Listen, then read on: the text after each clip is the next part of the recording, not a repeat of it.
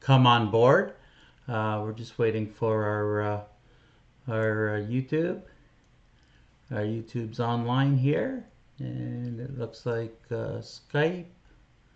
It looks like rather Twitter's coming up, our Periscope channel, and our Facebook to cry a dry tear. So we're just waiting a few seconds for that to come up. So, okay. Hey, hi everybody. Hey, welcome to Helping Parents of Mentally Ill Children.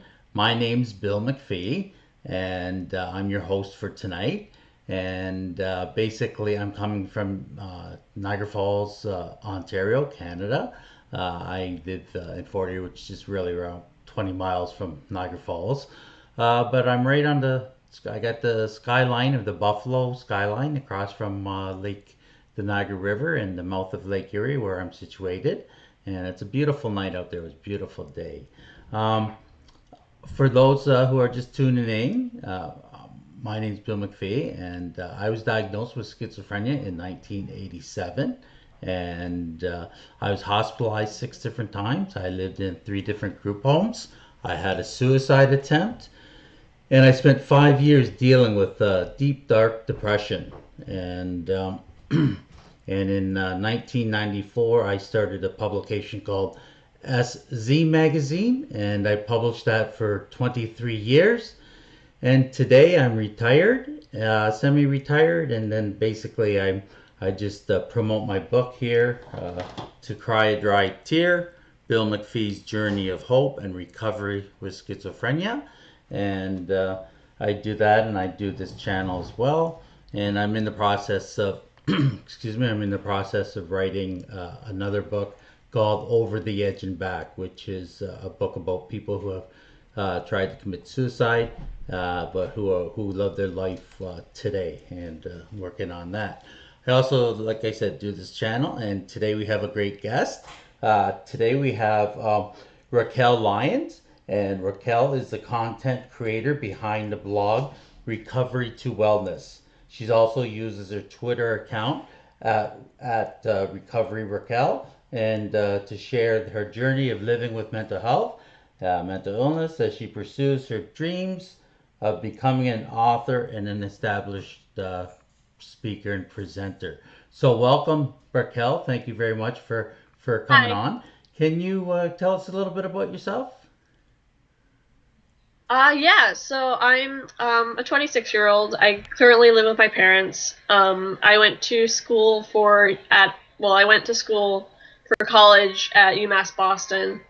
Um, and yeah, I do a lot of art stuff, so I do a lot of creative writing, largely poetry and fan fiction stories, Loki-centered Avengers fan fiction, particularly.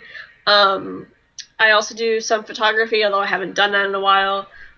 Filming, beaded bracelets, scrapbooking, watercoloring, painting, drawing, all that So kind of stuff. you're a creator. You're a real creator, and I'm sure that brings a lot of relief from stress and everything else being a Mhm. creator, eh? Yep. Yeah, yeah. So tell us. So right now you're there. You're living in Massachusetts, and Yep. you're living with your parents. And go back a little bit about growing up, and tell us a little bit about a little of your history growing up in school and things like that. Yeah, so I have an older brother.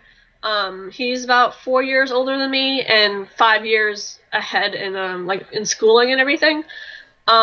So we're not like super close. He currently lives over in Germany, I think still right now.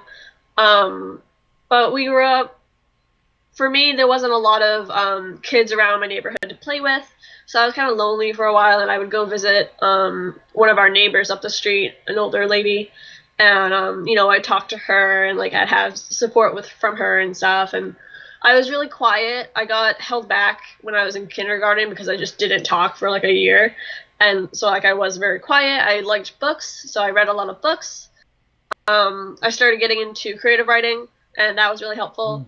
Um, and then as I went into a teenager, when I was 14, I believe, I had my spinal fusion surgery.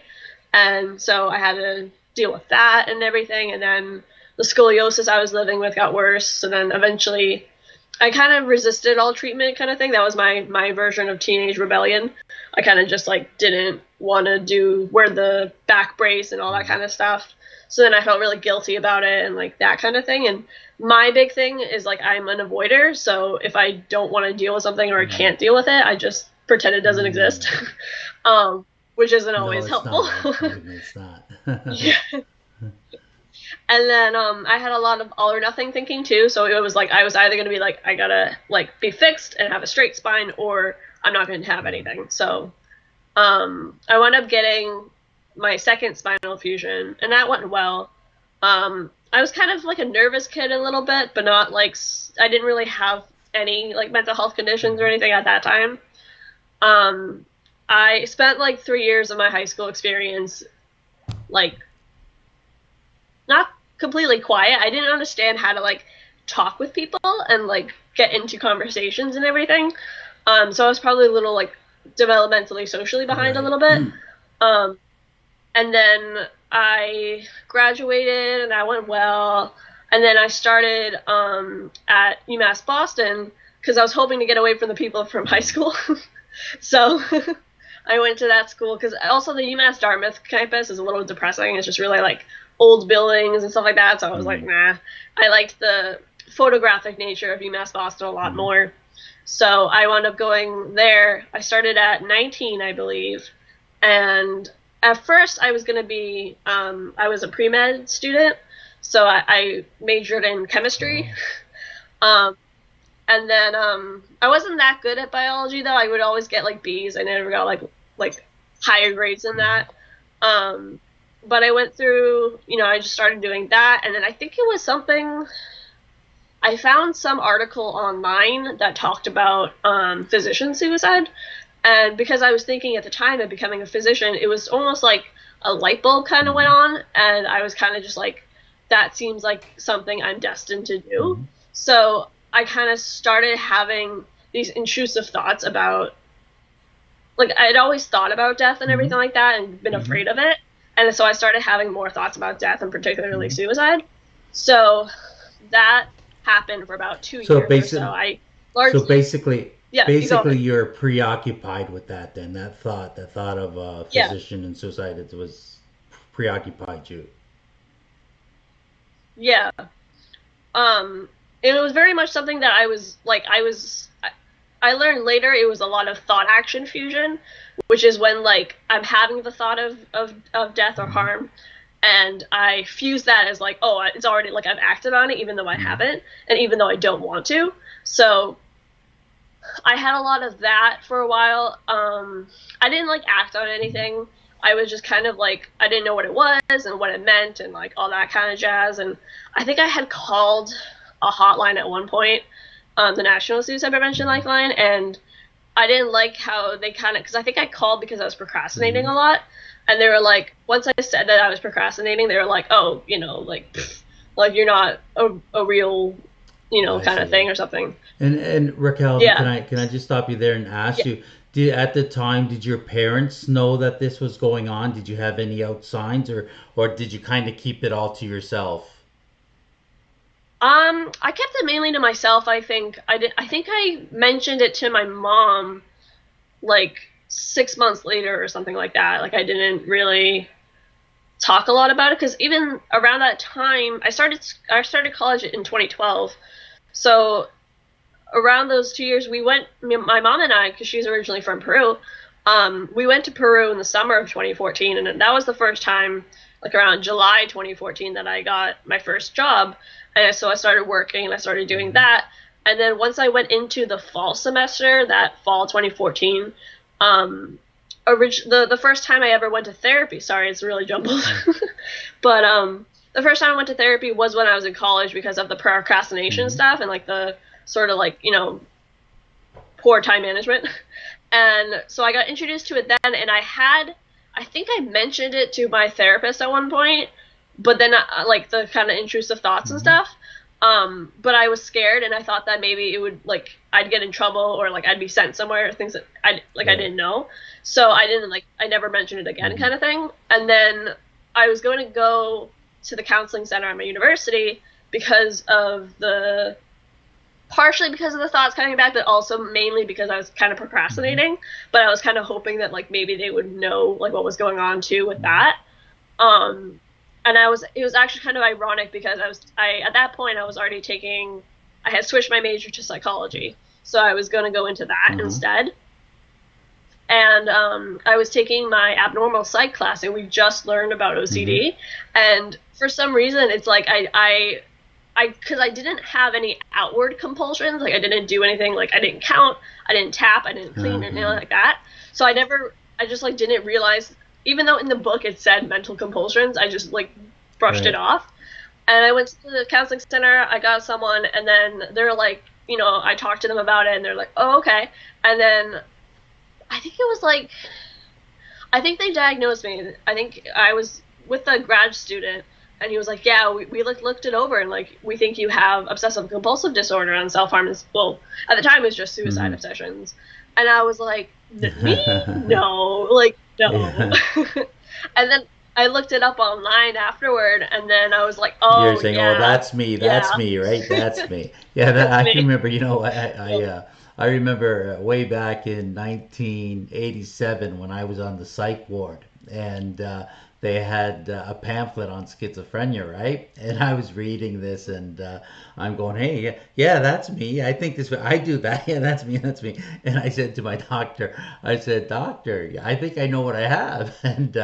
And he kind of smiles and laughs. And I said, "Hey, doctor, I think I have schizophrenia." And he just smiled and nodded his head, kind of thing, you know. But that's funny when you're reading about yourself, right? Yep, yep. I was like, "Did I write this article? Like, what's going on?" Yeah. So that's when my journey really started from there. I with OCD, and once I don't know if it was because I think it was because I didn't realize I was living with a condition that is sort of like completely demolished everything I ever thought about myself, and I was like, that changes everything and all this kind of stuff. So I really it just really erupted. Like I got very symptomatic. I was very against Mhm. medication, so I wasn't just ready at that point to Yeah, go and on meds and stuff. Raquel, Which looking can I just yeah, interrupt? So I go ahead. just wanted to interrupt there. Were Yeah. you at this time? Were you social at all? Did you have friends? Did you have peers or your parents' support? Like, were you dealing with all this basically yourself? I mean, I had friends. I had friends, so that was good.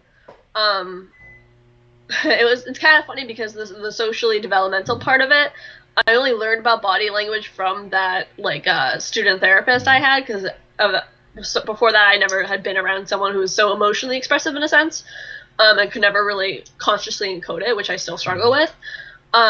But like I had friends and everything, and I think I kind of was just my parents didn't know right away. I told them about maybe a month Mm-hmm. later or so. Um, Okay, so and when I told what? Oh, continue. Sorry to cut you off. But continue and talk about before you're going that you're very resistant to medication. You didn't buy into the medication aspect of it. yeah. So I didn't I was pretty much against it, and then um the counseling center taught me ways to sort of cope, do a lot of like kind of CBT, cognitive behavior therapy, um that kind of thing, and then I did really well like academically in that semester, but I really once the we were there was a lot of stress. Like I was just kind of stressed out and everything because now it was this new diagnosis and all this kind of stuff. So, and then I remember I was doing photography club at school and I stopped kind of like showing up for it and I was like the president of Mm. it, so that's kind of problematic. so, so I remember that happening and stuff, and then I believe it was once I started getting a handle on the suicide obsessions, then the self harm ones came into play, and then I wish I could say because normally people with OCD, if they have like harm thoughts and things like that, like they're not like the less how do I word this? It's like you would never act on it because that's your worst fear in a sense. So like the intrusive thoughts would be a lot of like, I'd have a lot of thoughts about suicide. I'd have a lot of thoughts about hurting myself, and my brain would be like, oh, you should just kill yourself, and like that kind of thing. So, and I would get really anxious because then I was like, oh my gosh, do I really want to do that? If I had the thought, essentially that means I want to do it, even though I didn't. And then I would kind of just spiral into like multiple hours of just ruminating and not doing anything, staring at the ceiling, all that kind of. Yep. Just want a quick distinction here. I want to be very clear because it's very, very important. These, when you were having, they were just thoughts. They weren't voices. Is that correct? You weren't really hearing voices. Right. They were just thoughts. They were Okay. I thoughts, just yeah. wanted to make that clear because you just wanted to clear that up. Okay. Yeah, no, that's fine. Yeah, they were thoughts. There would be images and stuff too, but they were just thoughts. And for a while, my brain would kind of be like, "Oh, you don't really have OCD. Like you're just attention seeking. You're making it up." And I'd kind of be like, "Well, no, but I have OCD," and then all that kind of stuff. So, but they were just thoughts, and I couldn't separate the fact that what I was thinking or seeing in my head wasn't actually happening in a sense. And the thing I was about to say was like most people with suicide obsessions from OCD aren't likely to act on them at all, like, or even like other ones where it's like the scrupulosity, which is like religious based ones. There's like the one where you're afraid you ran over someone with your car, so you go outside and you check your car and all that kind of stuff. But like they're like the least likely person to actually act on it. The problem is that when living with co-occurring disorders, then it can be like, I remember reading an article that was like about how someone can have suicide obsessions that are purely OCD based. Someone can have suicide obsessions and like depression and suicidal thoughts, like both of them. And then someone can have only depression and suicidal thoughts. And then the other one was another mix of that. And then, so I wound up, essentially, I got to the point where we were going into the winter break, so about a month off from school. And I was under the impression, and everybody around me was under the impression that it would get better, like it would kind of dissipate, like I wouldn't have as much stress, so it would be better. At that point too, I was gonna not see my student therapist for a couple of weeks, and I was starting to get told that I had to find another therapist off campus, and that they kind of like collaborated with someone else to like a hospital agency was going to call me like at some point, and I was going to have to see if they needed an opening for me and stuff like that. My parents at this point were, my mom didn't really believe that I was living with OCD. She kind of thought that because it was a student therapist, she thought that the legitimacy of it was questionable at best. And I remember I showed them, I think I went on like the OCD Foundation website because I showed them like a presentation about harm OCD and like kind of use that to kind of be like, this is what I have, this is what it's about. And the big thing was like my mom thought of it like, oh, because you've had it, she would almost she thought it was more like suicidal thoughts rather than obsessions. And the obsessions are purely OCD. So they were like, there were a few times when I would have the thoughts like really intensely, and I would go to the counseling center for like an emergency appointment, and then I'd be talking to the therapist, and they'd be like, nah, this is just your OCD. And I'm like, oh, okay. So there was a lot of like reassurance seeking, and like I would check my memories as like the mental compulsion, and I would do the reassurance seeking a lot. So I was also very active on like looking up information and everything too, to kind of like figure out what was happening. And they were very reluctant to do exposure response prevention therapy with me from the counseling center because they're like, well, you'd have to like, that's just, liable in a sense. And during that semester too, that's when I first started to self-harm for the first time too, because I was thinking that my thought process was, if I act on the thought, maybe it'll go away. And it would, but then it would come back worse. So I unfortunately fell under the category where I was acting on them, not as extreme as the thought was. So like if it was to like bleed, it was like more like I just scratch, that kind of Mm. thing. I went into the winter break, and then I developed secondary depression. 6 days after, um, yeah, 6 days after New Year's Eve, I had a really hard New Year's Eve. I think it was like in the morning or something.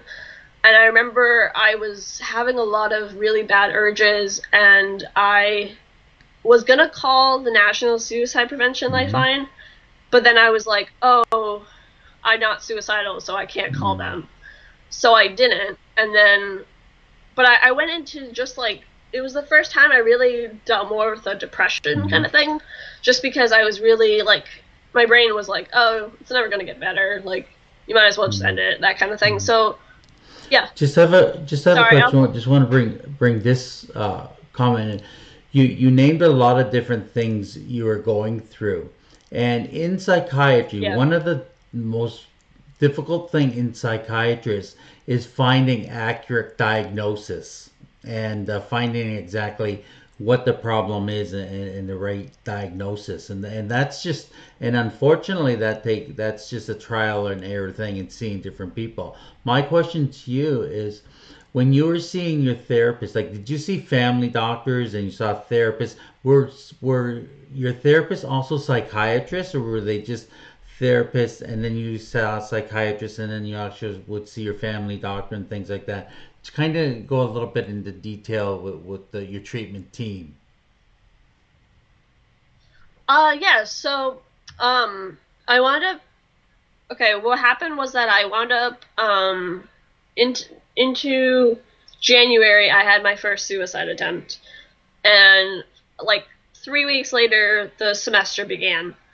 And I believe somewhere along that line I for the first time, because I don't think I saw my family doctor in the fall semester at all. So I wasn't sort of on their radar yet.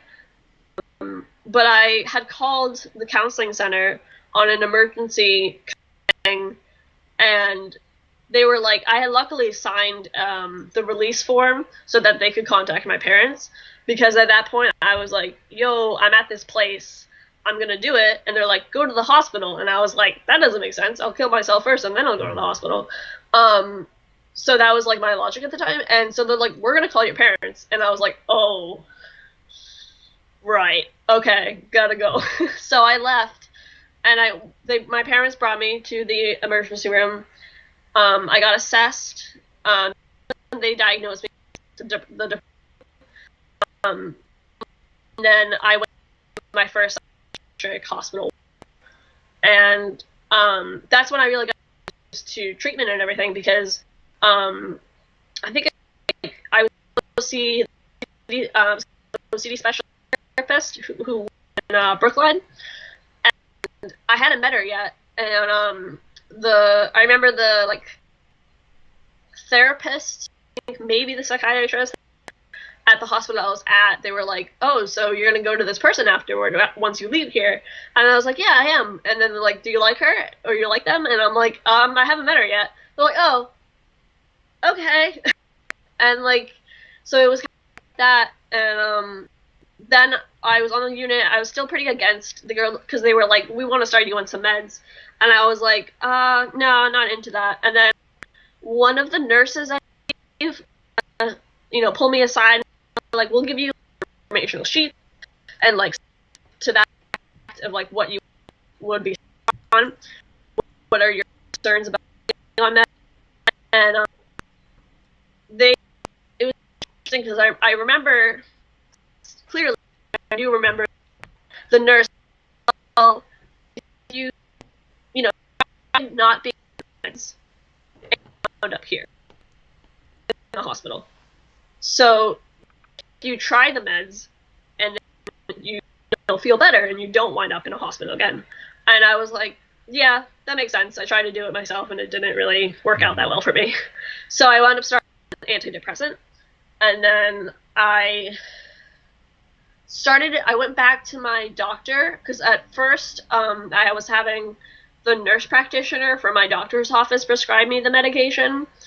And then it was when I landed back in the hospital I started with the OCD specialized therapist too, although at this time it was during the winter, so there were like 3 bad snowstorms every day I had therapy, so I never could go to the appointment, and I didn't mind that because my brain was like, cool, more time to like do things, so that wasn't helpful. But I started with the OCD specialized therapist. I was really codependent on the student therapist I had from my university, so I was really reluctant to like get off of that. But I believe it was when I brought a method of suicide to school to the appointment, and I went through my nurse practitioner who asked me if I was suicidal, and I think I either lied or I didn't really tell her, yeah, and I have the method with me, because she didn't ask and I didn't tell her that.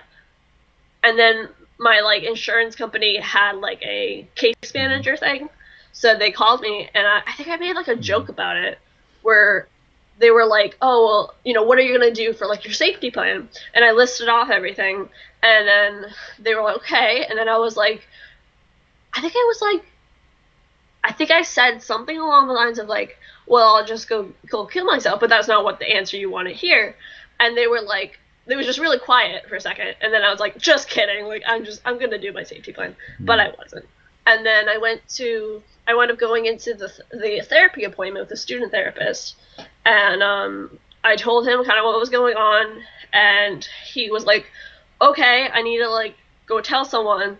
And I was like, well, do you want the method that I chose? And he was like, you have it like with you? And I was like, yeah.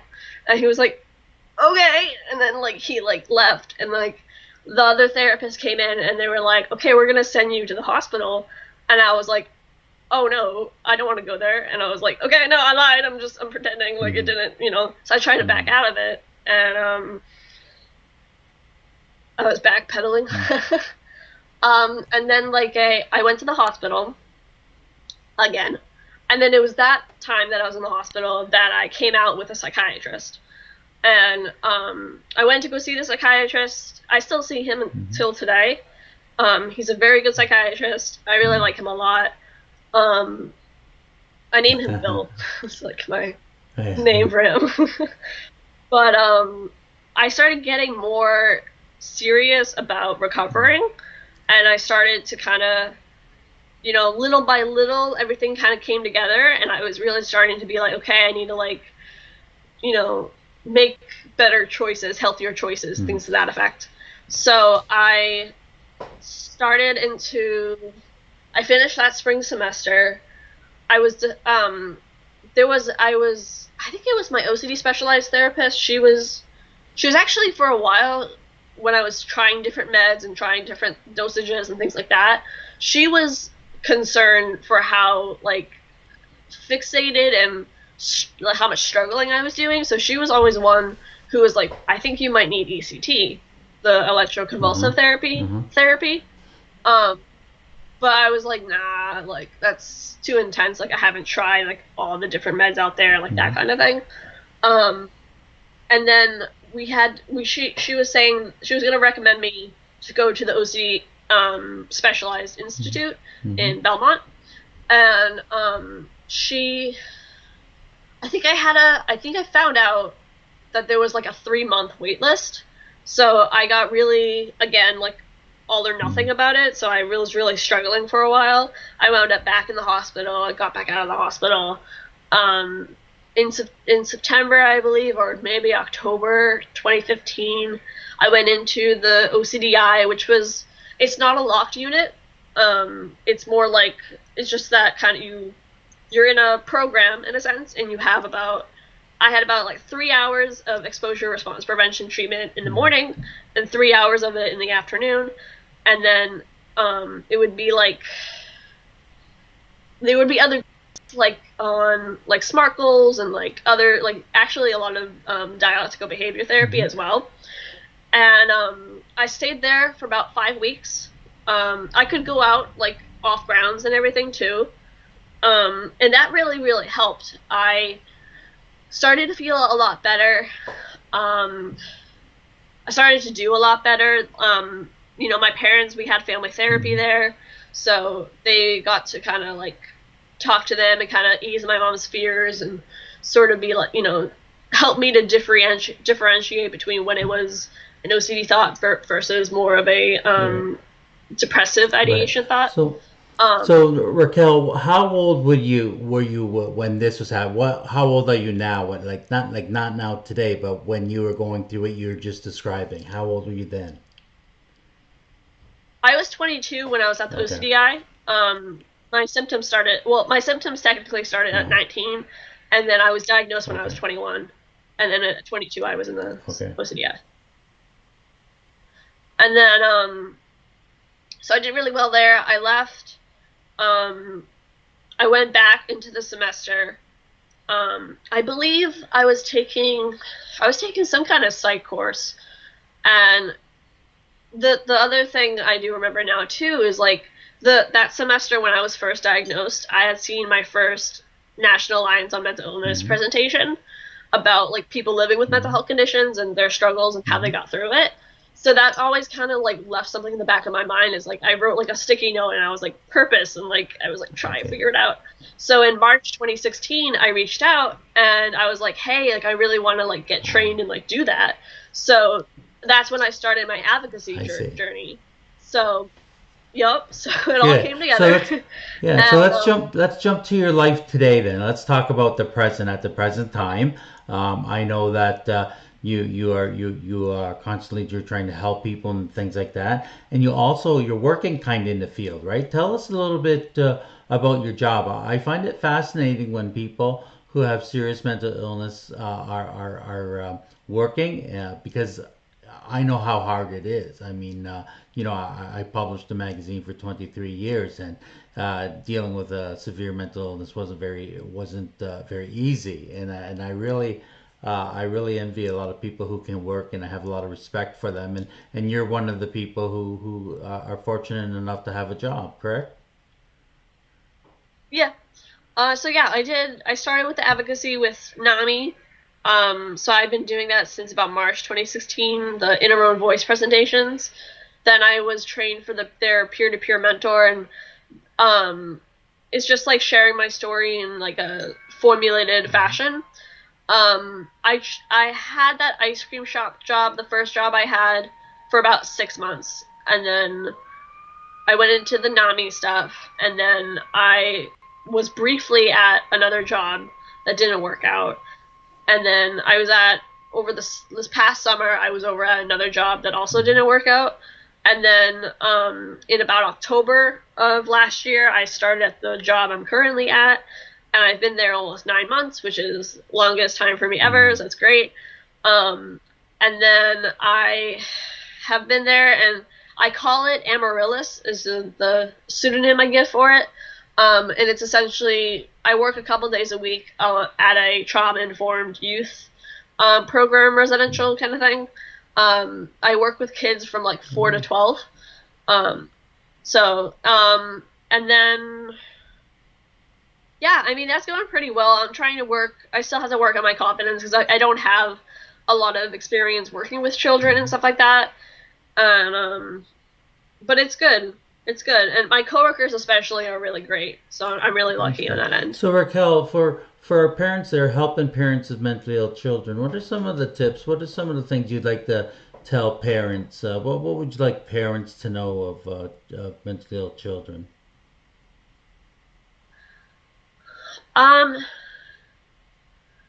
I know sometimes. I mean, my mom.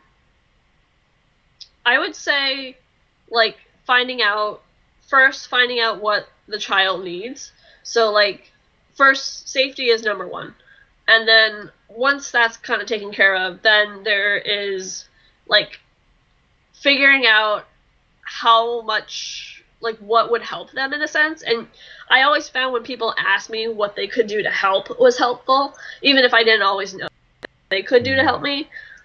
Sometimes also like figuring out like if the child wants to get advice, or if they want you to just listen, or if they want like, you know, ideas on how to brainstorm and like be a soundboard and Mm-hmm. that kind of thing. So probably finding that out first Mm-hmm. would be helpful, and then taking steps towards that. Right. I know my mom would tend to say a lot of things, which sometimes was helpful, and sometimes it would just be too many words, and my brain would only latch onto a few Mm-hmm. specific words and then tune out the rest of the message in a Mm-hmm. sense. Um, so kind of being short and simple might be helpful Right. too. Um, I think even just knowing that like it does Mm-hmm. get better and that you can be in a very, very dark place and still get out of it and through it in some Mm-hmm. manner. Um, and and if the person is struggling with like self harm or suicidality Mm-hmm. kind of stuff, um, if it's too difficult at this point in time to completely erase or eradicate those Mm-hmm. feelings and thoughts, then it's like know when to go to the hospital, know when to go, keep yourself safe, and then also know when to use harm Mm-hmm. reduction. So sort of reducing the Yeah. amount of it in a Now, sense. Raquel, can I ask you, are you on medication today? Do you take meds today? Yeah, okay, I am. very good. Great, Yeah. good. And I take an antidepressant and an okay, good, antipsychotic. good. And life is on a scale of 1 to 10. Where are you as far as life? How are you enjoying life? What's your scale, your rate, would you say right now? I'd Oh say it's a wow, very 9. good. Well, that's really good. Yeah. Before we wrap up, Raquel, is there anything you'd like to end with or say at all? Yeah, so I know I kind of got a little lost in the details of things, as I tend to do. It's a little bit the OCD coming out there. But I wound up, overall in 3 years, I was hospitalized 12 times. I went to different day programs. I started at a day program called Passages back in February 2018. I went into their dialectical behavior therapy intensive Mhm. program in May 2018. I did that until about January 2020, and that completely changed my life. And nowadays, if I have a slip up or I deal with more of the hair pulling and the skin picking Mhm. nowadays. But if I have a slip up and things, I'm able to kind of handle it effectively and not get so bogged down by it. Like I'll put on like makeup or Mhm. something, and I'll put on lip gloss and things like that. And if I have like a struggle, instead of it dealing with it for 3 or 4 days unstably and like unhealthy in an Mhm. unhealthy manner, I will just kind of tackle it. And I might still have a couple days where I'm off, but eventually I'm able to stabilize myself out, which is Yeah. really huge. Because I would always need like a hospitalization in order to do Yeah. that And I, beforehand. I also, I was just gonna yeah, say, and go I ahead. think today, I think what's a good thing about today in mental health is that there are a lot of literature on certain things, on certain conditions, and more as we get more fine tuned with diagnoses and that, and find more about illnesses and the combination of illnesses and that. There's more and more education and coming out of it more and more. The only drawback of that with psychiatry and mental illness is that sometimes it takes a long time before we get our, excuse the language, but get our crap together, right? I mean, it takes a long time. Like you mentioned, 3 years, and that for me, it took a good 5 years before I got on the right track, and that's the scary part. But I think if we persist and work at it, eventually through time, things will get better. But at least my point was that there's a lot of information on different conditions these days as well. Correct? You mentioned in your Yep, testimony that you found, like, when you're in psychology class, you read a lot about OCD. You saw yourself there. You recognized yourself there. When you're on the wards, when you're on the psych ward, there was all kinds of information sheets and things like that. Correct? Yeah, yep, yeah, yeah. Okay, well, so I hope you are working on a book. That'd be great if you could get a book to come out, and that's always your artistic yep. and all your creator things is really neat. And before we wrap up, is there anything you'd like to say that you might not have said? Um, I do have some creative art projects that I'm trying to work on more. I actually have a friend of mine, Jason, who does Oddball magazine. I write articles Oh, biweekly good. for him about it's called Hmm. Recovery Home, and it's essentially about building a safe, imaginative place of like what a home would look like and how you would cope with Mm-hmm. things in it, as well as taking principles from that and placing them into this current reality. I also have recovery restoration, which is the idea and the goal is to compile artwork that's pro recovery and positive and helpful, share a person's story through that art of where they Mm-hmm. have been, and then donate them to inpatient psychiatric units so other people can find them. And then there's also recovery reinforcer, which is about the same kind of thing as the photo album, but cards, and then donating them there. I made business cards for myself that has recovery to wellness all Great. over it, um, and all that kind Good. of jazz. And Yeah. your Twitter So, account that you're at Recovery Raquel, right? So you're there. Very good. yep. Okay, so we've come to the time where we're going to wrap up, and I just want to say to the Okay. folks, you plug stuff. I just want to say again, is that my book here, To Cry a Dry Tear, Bill McPhee's Journey of Hope and Recovery with Schizophrenia. You can go to my website, billmcphee.ca. You can download the first chapter for free. You sign up for my newsletter, you'll get a welcome letter with the link to the first chapter. And on that newsletter, if you sign up, you get upcoming information about guests we have in the future, guests that we have in the past, and basically that. So Raquel, if you don't mind, I'm going to wrap it up here and just say goodbye to everybody. But before I do, um, I like to say a prayer for the parents who are dealing with mentally ill children. So I'm just gonna do that. If people are offended by prayer, this is a great time for you to tune out. Or if you're rolling your eyes, this is a great time to tune out. But I'm just gonna end in a short little prayer for the parents, and then we'll close. So Lord, we just thank you for this day. We thank you for Rachel. We thank you for how far or Raquel, how far that Raquel has come with her illness. And we thank you that she can be an inspiration for other people at a young age. And we just ask that you'd continue to bless her and help her with her job, help her with her creative work, help her with her mental health education of people. And we pray for those parents, Lord, out there who are in difficult times, who are dealing with situations that seem unmanageable. And we just pray, Lord, that you'd help people in practical ways. We ask this in Jesus' name. So, Raquel, thank you for joining us here, and all the best in the future. And good luck with your Twitter account and your creative stuff and all the stuff you're doing. And once again, thank you for coming on, uh, helping parents of mentally ill children. Yeah, no Bye problem. bye. You're Thank you. welcome. Bye.